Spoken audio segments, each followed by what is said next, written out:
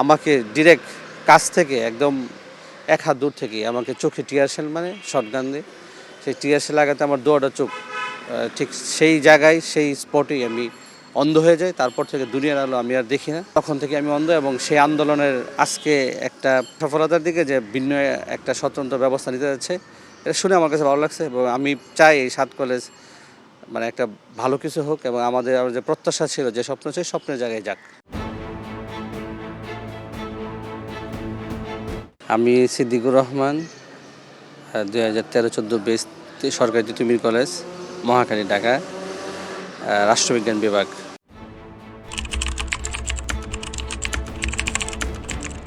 অবশ্যই আমি শুনেছি এবং আমার কাছে যথেষ্ট আনন্দদায়ক, মানে আমি খুশি হয়েছি বা আনন্দিত হয়েছি।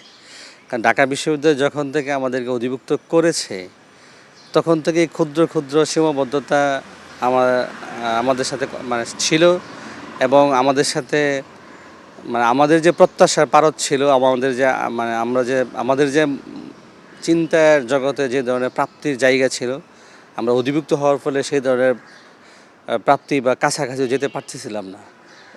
এই কারণে এই সিদ্ধান্ত আসছে এবং বর্তমানে যারা স্টুডেন্ট আছে তারাও দাবি দেওয়া করতেছে। এটা আমাকে আনন্দিত করছে এবং ভালো লাগছে আমার কাছে। ঘটনাটা এখন যেমন বর্তমানে যারা ছাত্ররা আন্দোলন করতেছে এই পরম্পরারই হয়তো আমরা প্রথম দিককার আন্দোলনের সিঁড়ি ছিলাম।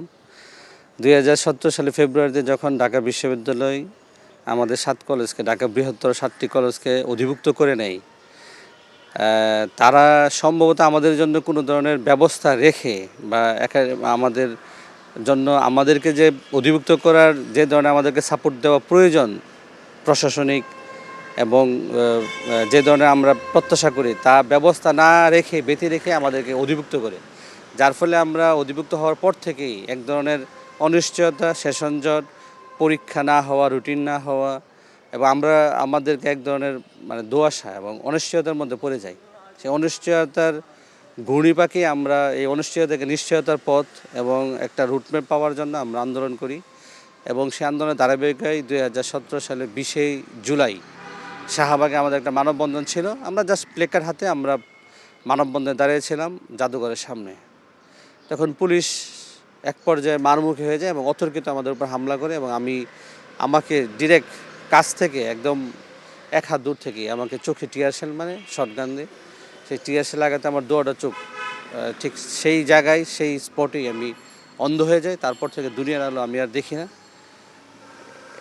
তখন থেকে আমি অন্ধ এবং সেই আন্দোলনের আজকে একটা আপনি যা শোনালেন এক ধরনের একটা সফলতার দিকে যে ভিন্ন একটা স্বতন্ত্র ব্যবস্থা নিতে যাচ্ছে, এটা শুনে আমার কাছে ভালো লাগছে এবং আমি চাই এই 7 কলেজ মানে একটা ভালো কিছু হোক এবং আমাদের যে প্রত্যাশা ছিল, যে স্বপ্ন ছিল, স্বপ্নের জায়গায় যাক। প্রশাসনিক বলতে আমি আপনাদের মিডিয়া কর্মীকে এবং আমার তদানীন্তন যারা সহযোদ্ধা ছিল, ছাত্র ভাই বন্ধু এবং ছাত্রী মানে ছেলেমেয়েরা, তাদেরকে ধন্যবাদ জানাই এবং তারা আন্দোলনে মাঠে নেমে আসে এবং মিডিয়া কর্মীরা সর্বাত্মক এই বিষয়টা নিয়ে রাষ্ট্রযন্ত্রকে জবাবদিহির আওতায় নিয়ে আসে এবং রাষ্ট্রযন্ত্র এক পর্যায়ে আমাকে গ্রহণ করতে বাধ্য হয় এবং আমার দেখভাল রাষ্ট্রযন্ত্র নেই এবং তখন আমাকে চিকিৎসা দেয়। পরবর্তীতে আপনারা শুনেছেন আমাকে একটা কর্মসংস্থানের ব্যবস্থা করে দেয়। আমি এসেনশিয়াল ড্রাগসে চাকরিতে আছি, আমি এখানে কর্মরত আছি। আর সামাজিকভাবে বলতে গেলে এটা তো এক রাত দিন পার্থক্য। যে টকবকে তরুণ আমি সারা রাত চট্টগ্রাম গেছি, পরের দিন সারাদিন ঘুরে ফিরে আবার রাত্রে ঢাকায় চলে আসছি। আর আমি এখন আমার ঘর থেকে বের হইতে পারি না। আমি 2 হাত কোথাও মুভ করতে পারি না। আমি এখন অন্ধ। স্বাভাবিকভাবেই অন্ধদের জীবন যা হওয়ার সামাজিক বাস্তবতা তা তো আমার সাথে ঘটছেই এবং ঘটবেই। তা তো আমাকে মেনে নিতেই হবে। যেহেতু আমি বেঁচে আছি, এই পরবর্তীতে বাস্তবতা মেনে নিচ্ছি। সামাজিকভাবে তো এটা রাত দিন পার্থক্য, আকাশ পাতাল যাকে বলে, তা তো অবশ্যই আমি ফেস করছি প্রতিনিয়ত।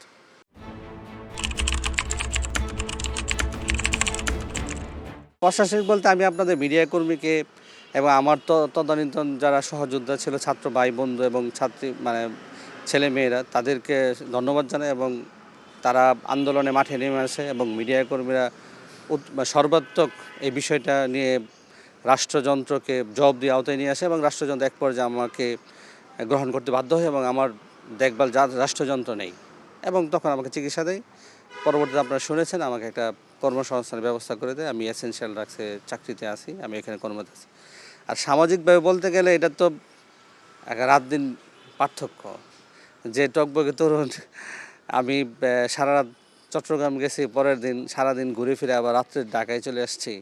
আর আমি এখন আমার ঘর থেকে বের হইতে পারি না। আমি 2 হাত কোথাও মুভ করতে পারি না। আমি এখন অন্ধ। স্বাভাবিকভাবেই অন্ধদের জীবন যা হওয়ার সামাজিক বাস্তবতা তা তো আমার সাথে ঘটছেই এবং ঘটবেই।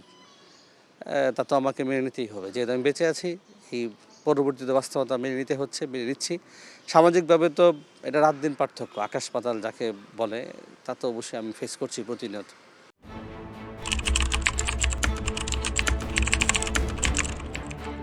হবে সারা বাংলাদেশ হুট করে অধিভুক্ত করে ফেলে ঢাকা বিশ্ববিদ্যালয়। আমাদের অধিভুক্ত হওয়ার জন্য আন্দোলন ছিল না।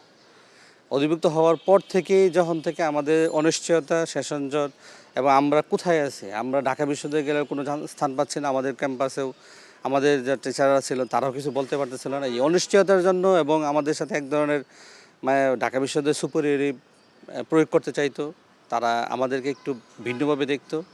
সেই ভিন্নভাবে দেখা থেকে এবং বিভিন্ন সীমাবদ্ধতা থেকে আমাদের আন্দোলন চলমান ছিল। আমরা হয়তো প্রথম দিককার ছিলাম, এখন আন্দোলন চলমান আছে।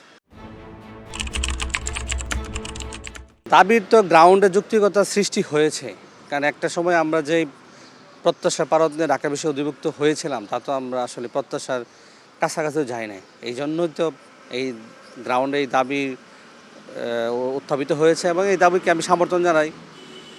অবশ্যই সমর্থন জানানো বর্তমানে যারা আছে তারা যেহেতু ফিল করতেছে, আমাদের সময় আমরা ফিল করেছিলাম, এখন ওরা যেহেতু ফিল করতেছে ওদের দাবি, ওদের বিষয়টা সমর্থন জানাই আমি আমার অবস্থান থেকে।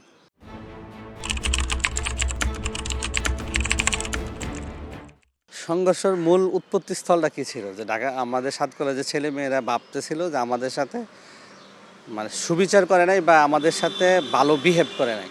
এই বিষয়টা শুরু থেকেই ছিল। এই এক ধরনের বৈষম্য বা এক ধরনের নিচু চোখে দেখা এটা ছিল। এই কারণেই তো বিষয়গুলো সমাধান হয় নাই। এই এর থেকেই আস্তে আস্তে একটা জটিল হয়েছে। তবে আসলে যে রুট লেভেলের যে বাস্তবতা, এটা স্বতন্ত্রতার দাবি রাখেই এবং সততার দিকেই যাচ্ছে, এটা আমি শুনে খুশি হই, ভালোই লাগে।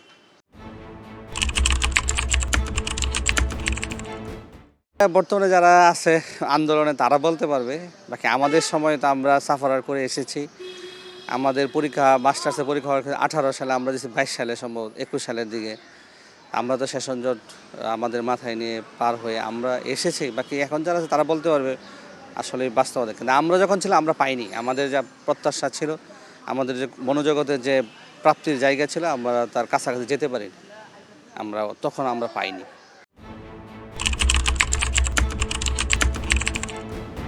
আসলে আমি কি পাবো? আমার তো পাওয়ার কিছু নেই। আমি তখনই খুশি হই যখন 7 কলেজ তাদের যে স্বপ্নের জায়গা, যে কাঙ্ক্ষিত উন্নয়ন, কাঙ্ক্ষিত যে শিক্ষা, মানগত উন্নয়ন, পরিবেশগত উন্নয়ন এবং আমাদের যে স্বতন্ত্র আমাদের একটা অস্তিত্ব আছে, এটা যখন আরও স্বীকৃত এবং প্রতিষ্ঠিত হওয়ার পথে অগ্রসর হয়, তখনই আমি খুশি হই, তখনই আমি আনন্দিত হই। এছাড়া ব্যক্তিগতভাবে আমার কী পাওয়ার ছিল বা কী পাওয়ার থাকে, আমার তো তেমন কিছু আশা প্রত্যাশা ছিল না, নাই।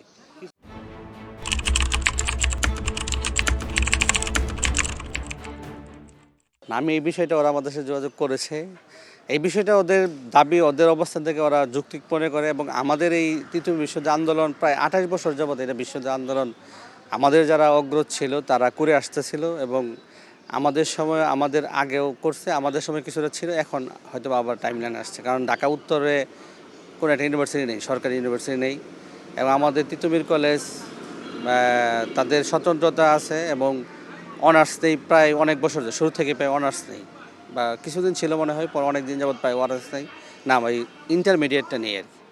তো যেহেতু এবং ডিগ্রিও নেই এখন, যেহেতু অনার্সই তারা পড়াচ্ছে এবং ঢাকা উত্তরে একটা ইউনিভার্সিটি নেই এবং আমাদের একটা ইউনিভার্সিটি হওয়ার জন্য যে ধরনের ক্রাইটেরিয়া ফিল আপ করা প্রয়োজন, তিতুমিরের স্টুডেন্ট আমিও মনে করি এবং বর্তমানে তারাও মনে করে এটা ভার্সিটি হওয়া উত্তরে প্রয়োজন এবং তারা সেই দাবি করে এবং আমি সেই দাবিকেও সাপোর্ট করি।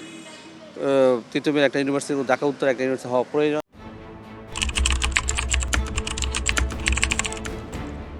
এইটা হলো যারা স্টুডেন্ট এখন বর্তমানে আছে, আসলে আমরাও তো যখন স্টুডেন্ট ছিলাম আমরাও ফেস করেছি এই ধরনের মানে সুপিরিয়রিটি ঢাকা বিশ্ববিদ্যালয়ের, এবং আমাদের যে প্রত্যাশা এবং প্রাপ্তি একটা বিস্তর ফারাক ছিল। আমরা আন্দোলনে ছিলাম, আমাদের অনেক বন্ধুরা সহযোদ্ধা ইনজুর্ড হয়েছে, অনেক বড় ধরনের মানে আমি হয়তো বা চোখ হারিয়েছি, অনেকে ইনজুর্ড হয়েছে, অনেকে মামলা হামলা শিকার হয়েছে, অনেকে জেলও খেটেছিল, তখন অনেকের নামে মামলা ছিল। আর এখন যারা আছে, এখন তারা ছাত্ররা আছেন, তাদের বাস্তবতায় তাদের যে যারা ফেস করে, তারা আন্দোলন ছাড়া তো কোনো মানে সম্ভব না কোনো কিছু প্রাপ্তির জায়গায়। অবশ্যই আন্দোলন চালিয়ে যেতে হবে আমাদের কাঙ্ক্ষিত, আমাদের যে নির্দিষ্ট আইডেন্টিটি তৈরি করার জন্য। আমি ওদেরকে সাপোর্ট করি, ওরা তো ভালোর জন্য এবং কল্যাণের জন্য এবং শিক্ষা সমৃদ্ধির জন্য তারা আন্দোলন করতেছে। এই আন্দোলন আমি আমার অবস্থান থেকে আমি তাদেরকে সাপোর্ট করি যে একটা যৌক্তিক আন্দোলন থাকা প্রয়োজন, এবং তাদেরকে সমর্থন করি আমি।